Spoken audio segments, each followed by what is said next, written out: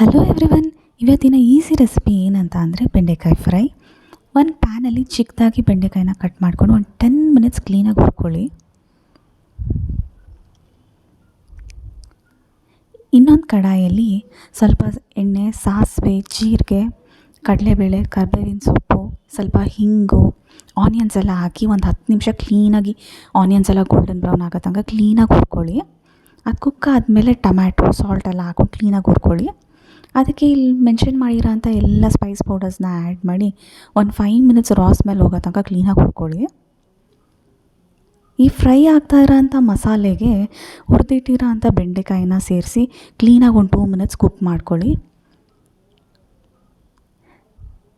ಸ್ವಲ್ಪ ಗಾರ್ನಿಷ್ಗೆ ಅಂತ ತೆಂಗಿನ ತುರಿ ಹಾಕಿದ್ದೀನಿ ನಾನಿಲ್ಲಿ. ಈಸಿ ಆದಂಥ ಬೆಂಡೆಕಾಯಿ ಫ್ರೈ ರೆಡಿ.